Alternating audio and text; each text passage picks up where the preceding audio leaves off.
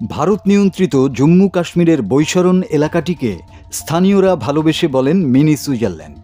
এলাকাটি পেহেলগাম থেকে প্রায় ৬ কিলোমিটার উপরে অবস্থিত একটি মনোরম উপত্যকা।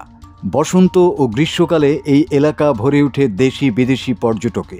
সেদিনও ছিল পর্যটকদের ভিড়, কিন্তু কে জানত সন্ত্রাসী গোষ্ঠীর অতর্কিত হামলায় এমন আনন্দমুখর বিকেল হয়ে উঠবে রক্তাক্ত ক্ষতবিক্ষত। ভয়াবহ সেই সন্ত্রাসী হামলার একটি ভিডিও ফুটেজ সম্প্রতি প্রকাশ পেয়েছে। ভারতীয় গণমাধ্যম এনডিটিভি গত বুধবার ভিডিওটি প্রকাশ করে। দূর থেকে ধারণ করা ভিডিওতে সন্ত্রাসীদের পর্যটকদের উপর হামলা করতে দেখা যায়। মঙ্গলবার দুপুর ৩টার দিকে এই হামলা হয়েছিল।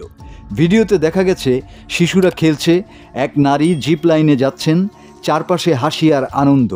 এর মধ্যেই হঠাৎ একটি গুলির শব্দ, মুহূর্তেই ছড়িয়ে পড়ে চিৎকার, দৌড়ঝাঁপ, আতঙ্ক।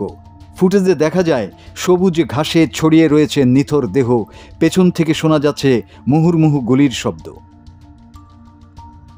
হামলার পরপরই ভারতীয় সেনা, সিআরপিএফ এবং জম্মু কাশ্মীর পুলিশ যৌথভাবে এলাকাটি ঘিরে ফেলে এবং বড়সড় তল্লাশি অভিযান শুরু করে। দুর্গম পাহাড়ি পথে আহতদের হেলিকপ্টারে উদ্ধার করা হয়। স্থানীয়রা আহতদের টাট্টু ঘোড়ায় করে নিচে নামাতে সাহায্য করে। জম্মু ও কাশ্মীর প্রশাসন অনন্তনাগ ও শ্রীনগরে জরুরি কন্ট্রোল রুম চালু করেছে।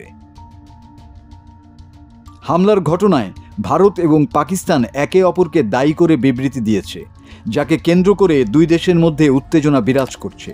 ইতোমধ্যে নিষিদ্ধ ঘোষিত সংগঠন লস্কর ই তৈয়বার proxy group the resistance front হামলার দায় স্বীকার করেছে। মাসুদ হাসান, বাংলা টিভি।